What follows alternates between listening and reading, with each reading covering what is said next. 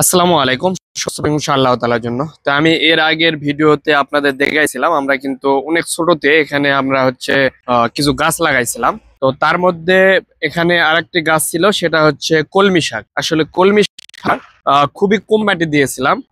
খুবই কম মাটি দেওয়ার পরও কলমি শাক কত সুন্দর হয়েছে দেখবেন। এর আগেও আমরা কিন্তু এই কলমি শাকগুলো প্রায় 6 বার এখান থেকে কাটছি। এখন এটি হচ্ছে 6বার কাটিং করব আমি। তো আমি একটু দেখাচ্ছি এই কলমি শাকগুলোর নিচে কতটুকু মাটি দেওয়া রয়েছে। এটা দেখবেন, এটা হচ্ছে 300 জিএসএম এর একটা বেড দিয়েছিলাম। এই বেডটি হচ্ছে 10 ইঞ্চি, কিন্তু ভিতরে দেখবেন মাটি মাত্র রয়েছে 3 ইঞ্চি। এই 3 ইঞ্চি মাটিতে আমাদের কলমি শাক খুবই সুন্দর হয়েছে। তা আমি একটু এখান থেকে কিছু কাটিং করে নিচ্ছি। এই কলমি শাকগুলো আপনার হচ্ছে খুব বেশি মাটির প্রয়োজন পড়ে না এখানে। আর টোটালি কিন্তু আমরা কোকোপিটের উপরে এগুলো হচ্ছে আমরা লাগাইছিলাম। এখানে যখন আমরা মাটিটা তৈরি করছিলাম তখন অনেকে দেখছেন যে এখানে শুধু কোকোপিট ছিল। এখনো দেখেন, আমি যদি একটু দেখাই আপনাদের, কোকোপিট ছাড়া তেমন কোনো কিছু নাই। এটা কোকোপিট সামান্য পরিমাণে আমরা হচ্ছে দিয়েছিলাম, মাটি দিয়েছিলাম, দিয়ে এই কলমি শাকগুলো লাগাইছিলাম। তো আপনারা এইভাবে ছোট পরিসরে কিন্তু কলমি শাক লাগাইতে পারেন। লাগাইলে হবে কি, আপনার বাইরে থেকে যে কলমি শাকগুলো নিয়ে আসতে হয় এগুলো হচ্ছে বিভিন্ন সময় কীটনাশক বা বিভিন্ন কিছু থাকতে পারে। তো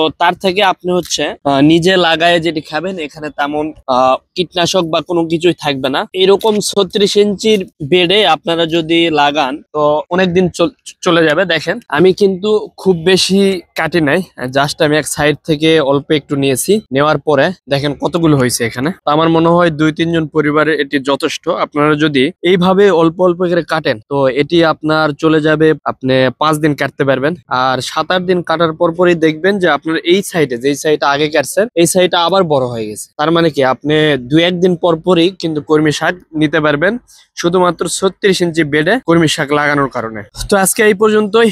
সবাই ভালো থাকবেন, সুস্থ থাকবেন। আল্লাহ হাফেজ।